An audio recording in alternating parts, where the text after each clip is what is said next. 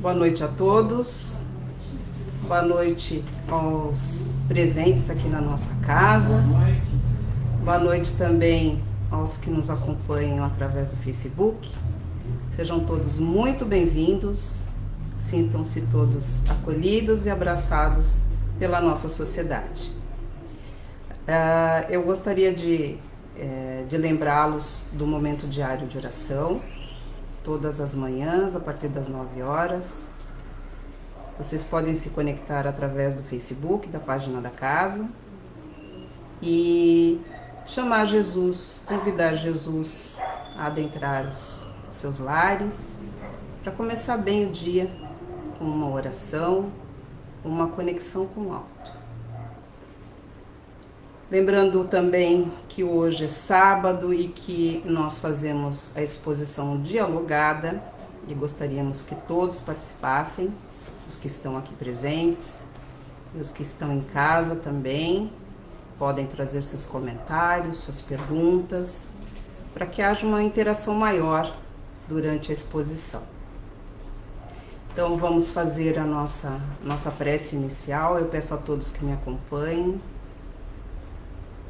Então vamos acalmando as nossas mentes, asserenando os nossos corações, pedindo a Deus que nos cubra de bênçãos, pedindo ao amigo Jesus que esteja conosco, facilitando o entendimento dos seus ensinamentos através da exposição doutrinária e que possamos, através desses ensinamentos, colocá-los na nossa rotina, no nosso dia a dia, nos tornando seres melhores, com mais amor ao próximo, tratando o nosso próximo como um verdadeiro irmão, usando da benevolência, da caridade, do perdão, da humildade e da indulgência para com todos. Pedimos aos benfeitores espirituais que já se encontram aqui na casa, que nos auxiliem na leitura e no entendimento da exposição de hoje. Que assim seja. A exposição de hoje está a cargo do Sr. Luiz Carlos, que vai lançar uma pergunta. Eu já me permito colocá-la aí para as pessoas irem pensando. Na hora da morte, Deus tem preferência pelos bons ou pelos maus? Um bom trabalho, Luiz. O Luiz vai responder para a gente, né, Luiz? Boa noite a todos, sejam todos bem-vindos. Que a paz e o amor de Jesus esteja com todos. Vamos falar do capítulo 5, Bem-aventurados os aflitos, que é o segundo maior capítulo do Evangelho. O primeiro é o 28, que é o das preces. Esse é o maior. E esse é o segundo maior capítulo do Evangelho, que parece bastante curioso. Bem-aventurados os aflitos. Ser aflito, vamos trocar um pouquinho, vamos tirar os bem-aventurados por felizes os aflitos. Parece uma situação que não dá para entender se a gente olharmos do ponto de vista da vida material. Mas todo o Evangelho, segundo o Espiritismo, ele tem a ver com a vida espiritual e não a vida material. Se a gente olhar sob o ponto de vista da vida espiritual, tudo tem sentido, inclusive bem-aventurados os aflitos, porque felizes aqueles que resgatam seus débitos com a lei de Deus. E aí sim, tem sentido as aflições, mas não é bem assim,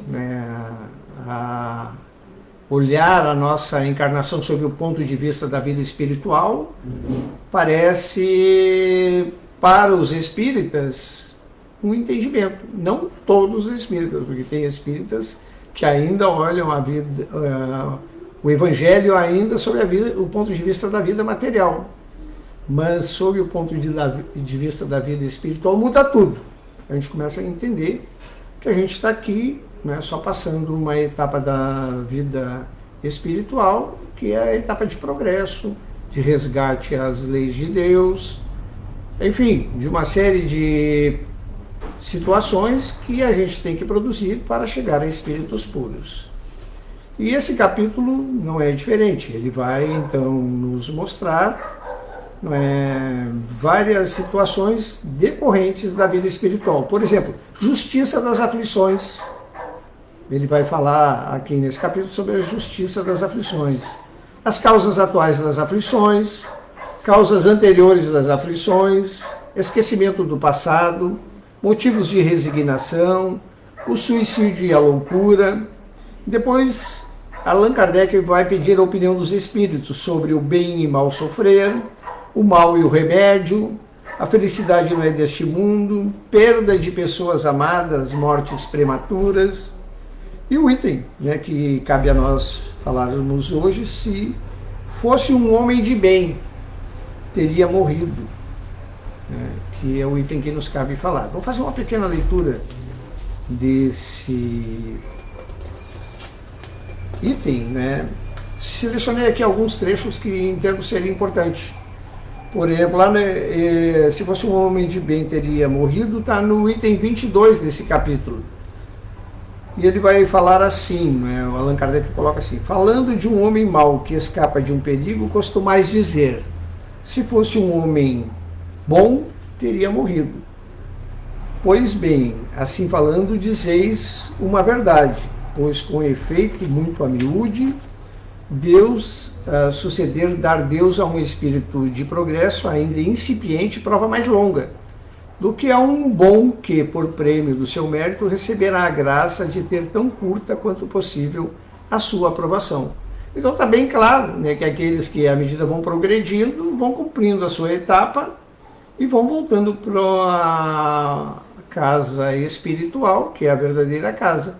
Aqueles que precisam ainda de muitas encarnações vão então, né, voltando para a encarnação periodicamente, para cumprir a sua etapa evolutiva. E a pergunta de hoje é: na morte, Deus tem preferência pelos bons ou pelos maus? Eu acho que Deus não tem preferência na morte. Aqui a Rejane presente está dizendo que Deus não tem preferência. Por quê? E todos somos filhos amados dele. Ela traz uma resposta melhor, né? Somos todos filhos amados de Deus. Significa que o Criador é infinita bondade, infinito perdão, infinita justiça. Se não fosse assim, não seria Deus. É isso? O que prevalece é a justiça divina. O senhor Paulo Salerno coloca a justiça divina. Vamos esmiuçar a justiça divina. Porque se nós acharmos que Deus tem preferência, ele não é perfeito. E Deus é perfeito em todos os seus atributos. Senão não seria Deus. Seria Deus. Então, né, se Deus tem perfeição em todos os seus atributos, ele não tem preferência. Mas por que uns vão logo e outros ficam? A justiça explica. A justiça divina é cumprir o quê? Cumprir o tempo que precisa para subir na ordem dos espíritos. Né? Nosso principal objetivo é nos melhorarmos e subirmos. E aquele que tem mais provas para cumprir tem que ficar mais tempo. Muito bem. Temos comentário aí, Beth? A Antônia Tota diz: não, perante Deus somos todos iguais, respondendo a tua pergunta se Deus tem preferência. Exatamente. É interessante todos. Mas por que uns demoram mais e outros demoram menos? Porque ele dá oportunidade para todos os filhos, né, poderem resgatar os seus erros. Se senão ele não seria um pai justo. Então, sendo bom ou mal, ele dá oportunidade para os que precisam resgatar os seus erros. Sim, a Luciana aqui presente está dizendo o seguinte, né, Deus na infinita bondade, né, então oportuniza a todos o progresso. Uns tiveram mais débitos com a lei, né, então esses demoram mais. É mais ou menos assim? Não necessariamente. Vamos lá, Paulo, fala. Porque o que vale aí é a justiça da encarnação e do planejamento que ele foi designado para ele cumprir. Se ele está se comportando bem no trânsito dessa recuperação, desse ajuste à lei, ele tem a oportunidade de dar continuidade. Mas não podemos esquecer que Deus muitas vezes abrevia a vida aqui para que a criatura não se comprometa mais. O senhor Paulo Salerno, acho que deu para ouvir, não é? Às vezes precisa abreviar, o débito com a lei fica tão grande que às vezes não é melhor sair da encarnação para não gerar mais débito, né? Mas eu estou vendo. Dá um tempo, né? Dá um Dá tempo. um tempo aí. Mas te prepara melhor. Exatamente, né? Olha, calma, vamos fazer o seguinte, né? É melhor te preparar melhor, volta lá e te prepara melhor. A gente tem mais comentários aí, eu vejo aqui que a Antônia Tota, ela... A missão de cada um de nós é diferente, ela diz. Exatamente, que é mais ou menos o que o Paulo aqui estava comentando, né? Cada um tem um planejamento. Dentro desse planejamento, né, nós temos que cumprir. E aí está a infinita justiça e a infinita bondade de Deus, que é nós que fazemos uma leitura das nossas vivências e das nossas dificuldades, né, em que precisamos melhorar, então planejamos e viemos então para cumprir isso. Acho que a gente tem mais aí. Não, eu coloquei. Foi tu que... O grande problema, me parece, é que nós, por não conhecermos o caso por completo, tomamos um partido. Imaginamos então que a criatura, sendo má, ela não deveria ter a oportunidade de continuar encarnada. Mas nós não sabemos qual é o planejamento dessa criatura e se amanhã ela não vai se defrontar com uma situação qualquer e ela muda radicalmente o seu comportamento. Aí Paulo faz uma observação das mais importantes, né? Porque se nós não temos, né, a gente esquece tudo quando encarna, né? Mas esse projeto ele aparece nas nossas consciências, às vezes de várias formas. Por intuição, às vezes por uma prova, né? Vai disparar uma transformação. E aí muda tudo, né? Porque a gente aqui no início olhou, o Evangelho, se a gente olhar pelo ponto de vista da vida material, ele parece ser uma ficção científica, né? Por que sofrer? Agora, se a gente olhar do ponto de vista da vida espiritual, tem todo sentido, né? Então, assim, a gente encarna, e aí, se a gente não tem essa ciência da vida espiritual, algumas dificuldades aparecem. E essas dificuldades aparecendo, às vezes, podem nos levar a cometer infrações à lei, né? Porque a gente só quer se dar bem. E, às vezes, o se dar bem tem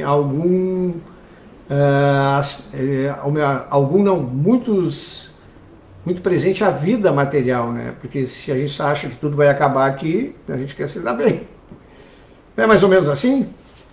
Deixa eu fazer uma outra pergunta aqui, para ir, né, fazendo uma aproximação da resposta dessa pergunta aí.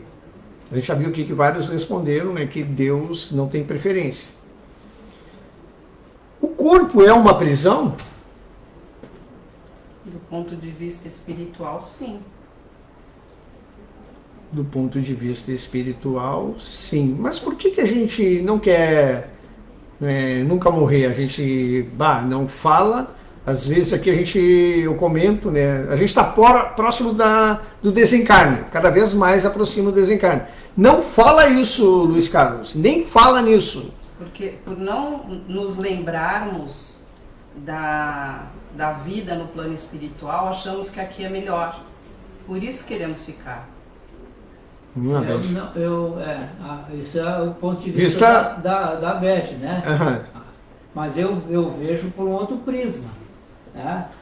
Nós nos mantemos aqui, e temos isso já no instinto, né? Preservação da vida, justamente para que nós aproveitemos a oportunidade da reencarnação para nos reajustar com a lei.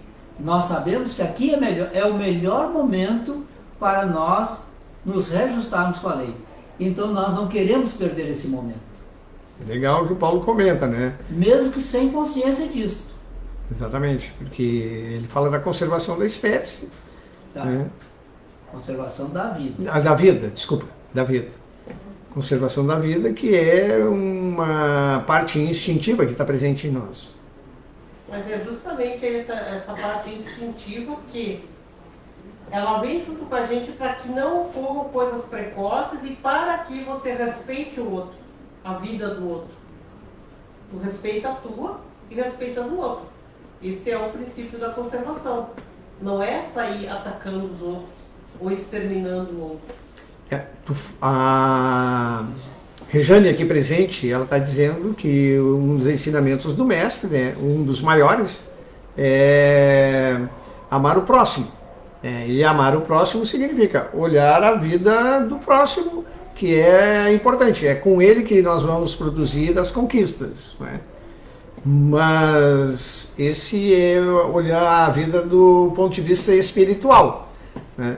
Se a gente olha do ponto de vista material, isso meio que perde o sentido. Né? E aí o corpo, né, é uma prisão ou ele é um motivo de fazer várias... como chamar aquelas coisas que... Prazeres! Agora apareceu a palavra, não tinha prazer. De prazeres. Né? A gente tem todos os tipos de prazeres aí quando... né, a gente olha o ponto de vista só material. A Karina Costa diz: porque não temos ideia da vida futura. Somos apegados a tudo e a todos aqui. Legal que a Karina comenta aí, né?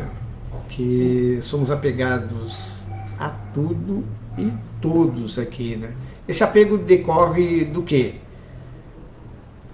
Sensações. Hã? Sensações. Sensações, né? Aí o Paulo já vai falar lá da lei de amor. No início, instintos, mais avançado e corrompido, sensações, mais instruído e purificado, sentimentos. E o foco principal dos sentimentos é o amor.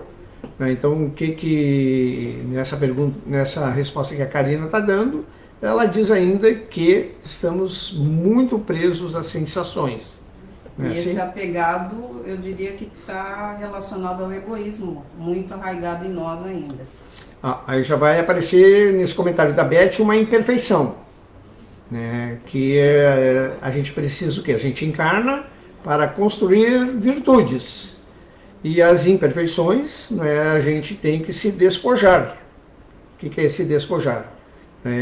Elas não podem mais ser obstáculos à construção das virtudes. Quer falar, Paulo? Quero sim, porque essa prisão é alegórica, ela não é real. É alegórica. Porque nós, embora estejamos encarnados, nós temos liberdade de nos desprender um pouco destas amarras que o corpo físico nos oferece. Mas se olharmos esse corpo físico como um instrumento de aperfeiçoamento do espírito, esse sentido de prisão desaparece. Legal o comentário que ele faz, né? O corpo pode ser uma prisão, se a gente olhar de um ponto de vista. Mas se olharmos de outro ponto de vista, desaparece esse tipo de prisão. Pode ser condições de construção ou melhor, para fazer conquistas, né? Por que digo isso? Porque quando nós desencarnamos e passamos ao estado de erraticidade, nós faremos todo o esforço que estiver ao nosso alcance para voltar para esse corpo, para um outro corpo físico. Bem colocado essa parte aí, né? Porque às vezes, né, na erraticidade, os efeitos que vão aparecer decorrentes do que a gente semeou na encarnação nos dão, olha, eu quero voltar logo. Isso é possível, voltar logo? Sim, claro. não é generalizado, mas alguns voltam muito rápido para a reencarnação. Não é geral. O comum é demorar um tanto. Demorar um tanto significa... Está além da nossa possibilidade de avaliar esse tanto. Bom, né? Legal o comentário. Deixa eu fazer uma outra pergunta aqui, né, antes da gente seguir. Tem mais perguntas? Tem mais um comentário participação? da Sandra Gonçalves. Ela diz: nosso corpo é templo para trabalhar nosso espírito. Tá aí. Bem legal o comentário da Sandra, né? Se a gente olhar o corpo como um templo, o que se faz num templo? Templo é local de exercício. É o local onde nós consagramos para as nossas realizações espirituais e as nossas relações com o divino. Exatamente, né? Paulo aqui ajuda na contribuição, né? Um templo é onde temos aquelas relações com o Criador. Lá é local de oração, é local de meditação que nos aproxima, né, do Criador. Cacildo tá... Pakovski? Não, ele está só cumprimentando. Só está dando boa noite. Boa noite, então. Tá, deixa eu fazer mais uma pergunta aqui. Sabemos as causas atuais das nossas aflições? Porque a gente já está na encarnação, tem cara... Né, o título do capítulo é aflições. A gente não se aflige aguardando ônibus, aguardando coletivo. Às vezes a gente está no ponto coletivo, não chega, a aflição pega. Nós não nos afligimos se estamos dentro de um local e a fila não anda. As aflições são muito presentes nas nossas vidas e a gente nem se dá conta disso. Mas a gente sabe a causa dessas aflições. A gente tem ciência que essas aflições que estão nos pegando são decorrentes e têm origem em um passado mais remoto. A origem está nas nossas imperfeições. Legal, senhor Paulo, né? Essas aflições é porque nós somos imediatistas. Né? A gente não tem paciência e muitas vezes nem compreensão do que o divino nos propicia diariamente. Dona Gratia aqui presente, ela diz que as aflições são decorrentes da falta de paciência, de uma série de condições que nos causaram aflições em tempos mais remotos e que ora estão aparecendo, é isso? Também. Mas é porque a gente desconhece a paternidade, né? Que Deus tudo provê. Então, por que tanta aflição por tudo? Então, ela está dizendo que o Criador que está no comando, não é? E quando a gente entende esse Criador, que ele que nos cria, e a gente tem então que seguir as suas leis. E isso não muda tudo. Né? Quando eu confio no Criador, que é Ele que nos enxerga na imortalidade, a gente está num fragmento aqui, estamos encarnados. E esse fragmento impede da gente olhar o todo. O todo, né, quem enxerga é o nosso Criador, Deus. E Ele sabe o que é melhor para a gente. Então, assim, se existe uma aflição, é porque existe uma origem. Se a gente tratar a origem, a gente, então, não fica mais aflitos. Isso é verdadeiro? Sim, mas isso demanda tempo, esforço, entendimento. Aceitação, resignação. Porque geralmente o que o homem faz, né? O homem que está encarnado, quando ele se vê frente a uma aflição qualquer, ele tenta se livrar daquela aflição. Ele esquece que aquilo ali está fazendo uma chamada de atenção para ele fazer uma mudança importante. Esse comentário do Paulo é importante porque a gente quer se livrar das aflições. E aí, como faz isso? A gente enxerga do ponto de vista da vida material, a gente não está enxergando do ponto de vista da vida espiritual. Se a gente olhar isso, o que essa é a situação que eu estou vivendo me ajuda a construir. Só para exemplificar, né? Às vezes as pessoas dizem de uma forma equivocada, bem entendido, se queixa dos filhos que tem, ou dos pais que temos.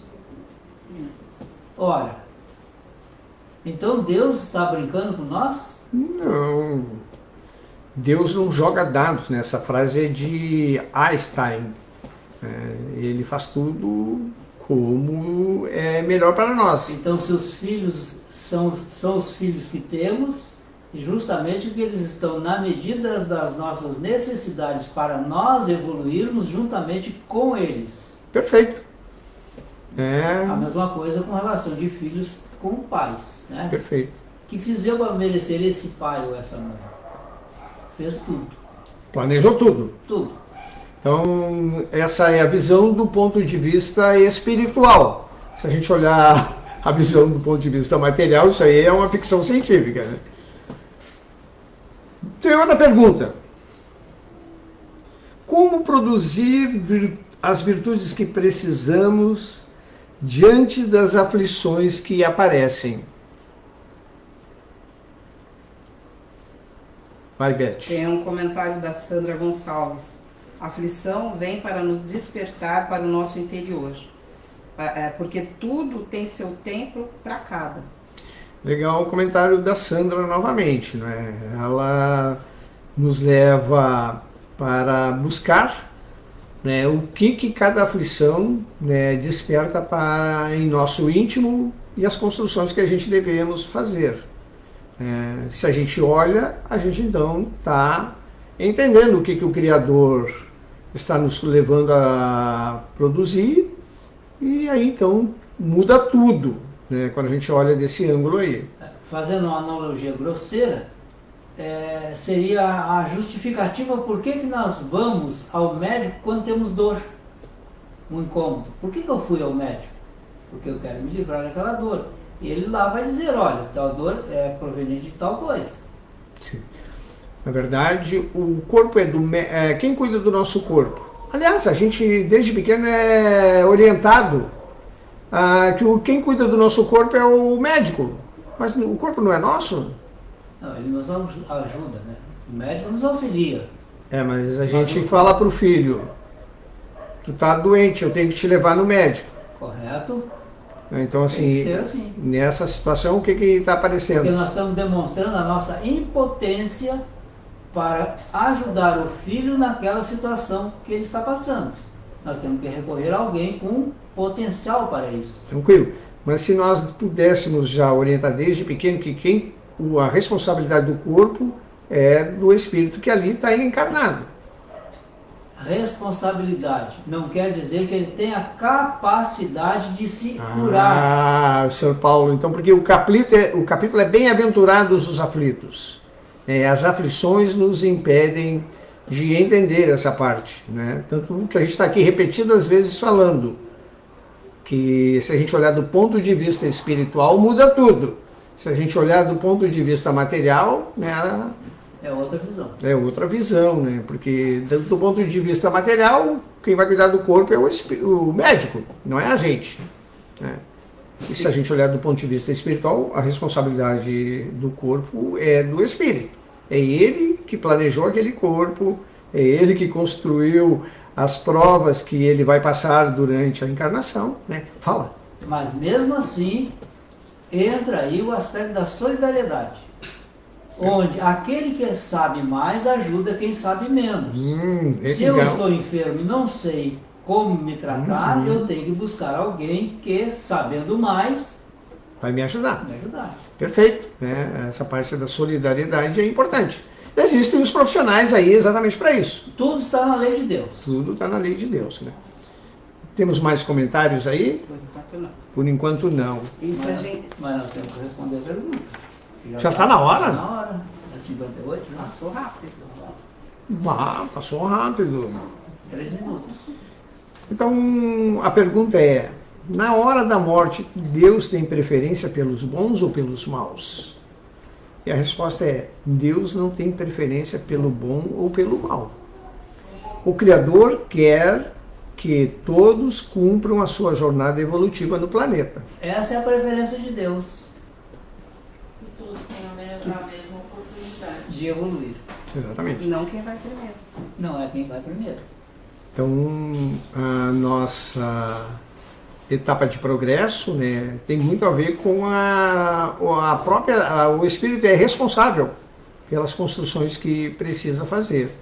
E essa responsabilidade, né, a gente só vai saber quando entrar na erraticidade, né, porque lá a consciência aparece de uma forma mais intensa. Né? Aqui a gente, às vezes, a consciência pega.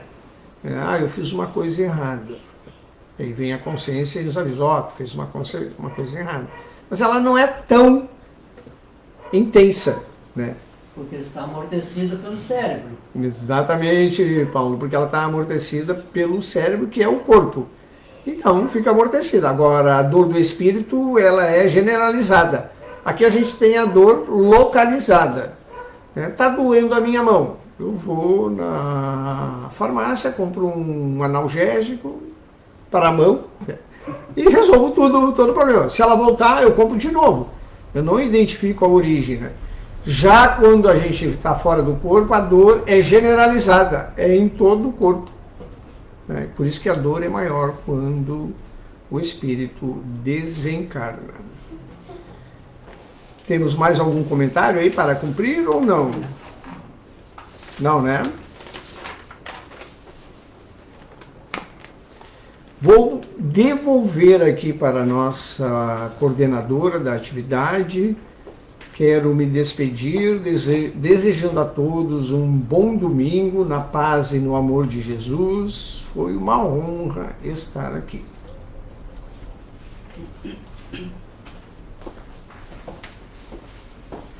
Muito obrigada, Luiz. Então vamos agora nos encaminhando para outra etapa da nossa atividade, que é o momento onde fazemos a nossa irradiação pelos suicidas. E eu peço a todos que se concentrem comigo para que essa prece chegue até esses irmãos. Então, ainda com os corações acerenados, pedimos ao Pai, aos benfeitores, assistência e luz para esses irmãos suicidas. Que os nossos bons pensamentos cheguem até eles. Que esse irmão que pensa agora em tirar a vida do corpo físico, porque não consegue lidar bem com as aflições da vida, que se sente fora do mundo, como se não pertencesse a ele, como se não tivesse lugar para ele. Que esse irmão que passa por obstáculos, por tormentas e não consegue lidar com as situações que para nós são para nossa melhoria. Essas tormentas, esses obstáculos nos fazem mais fortes, porque temos fé no Criador. Que esses irmãos sejam alcançados por almas generosas, por espíritos amigos, que concedam um bom ouvido, um ombro amigo, que a família identifique nele todas essas aflições e que lhe dê o amor necessário, o carinho necessário, a conversa, para que ele consiga manifestar tudo o que sente. Que esses irmãos, os benfeitores, consigam alcançar esses amigos que passam por essas provações. Que eles entendam, Pai, que a vida é um dom divino e que tirá-la só vai fazer com que eles sofram ainda mais.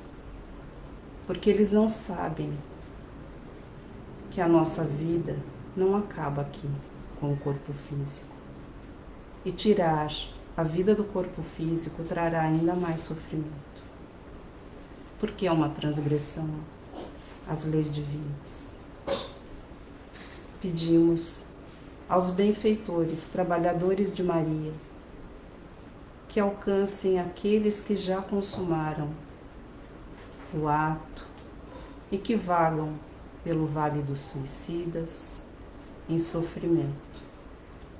Que eles sejam acolhidos, esclarecidos, abraçados e que entendam que precisam passar pelas provas para que se tornem espíritos melhores e que Deus conceda a todos eles uma nova oportunidade, que eles possam voltar numa nova jornada de resiliência, de resignação e que entendam que a vida é um dom divino. Pedimos a Maria que abrace também a família enlutada, que muitas vezes não entende o que aconteceu com esse ente querido, em que momento ele pensou em tirar a vida e por quê. Essas famílias sofrem e também precisam de amparo. Que Maria, Mãe Santíssima, cubra todos com seu manto sagrado, levando esse amor de mãe e esse lenitivo tão necessário a todos. Que assim seja. Então, já nos chegando à nossa etapa final, que é o passe, eu peço aos aplicadores de passe que se posicionem e que vocês também continuem conectados para receberem. Então, pedimos aos benfeitores espirituais dessa casa que nos envolvam em energias benfazejas, em fluidos de paz, de amor, de serenidade e equilíbrio. Que esses fluidos alcancem cada célula do nosso corpo, elevando o nosso bom ânimo. Que esses benfeitores visitem também os nossos lares e que lá deixem esses bálsamos de amor, fazendo asepsia de cada ambiente. Também levando esses bons fluidos aos moradores, aos nossos familiares que lá se encontram, para que eles também recebam esse passe. Pedimos ainda que esses amigos façam a magnetização das águas porventura expostas e que nelas seja colocado o remédio necessário para cada um de nós, de acordo com o nosso merecimento. Assim, cheios de gratidão e certos das bênçãos aqui recebidas, pedimos a permissão para encerrarmos a atividade da noite de hoje. Que assim seja.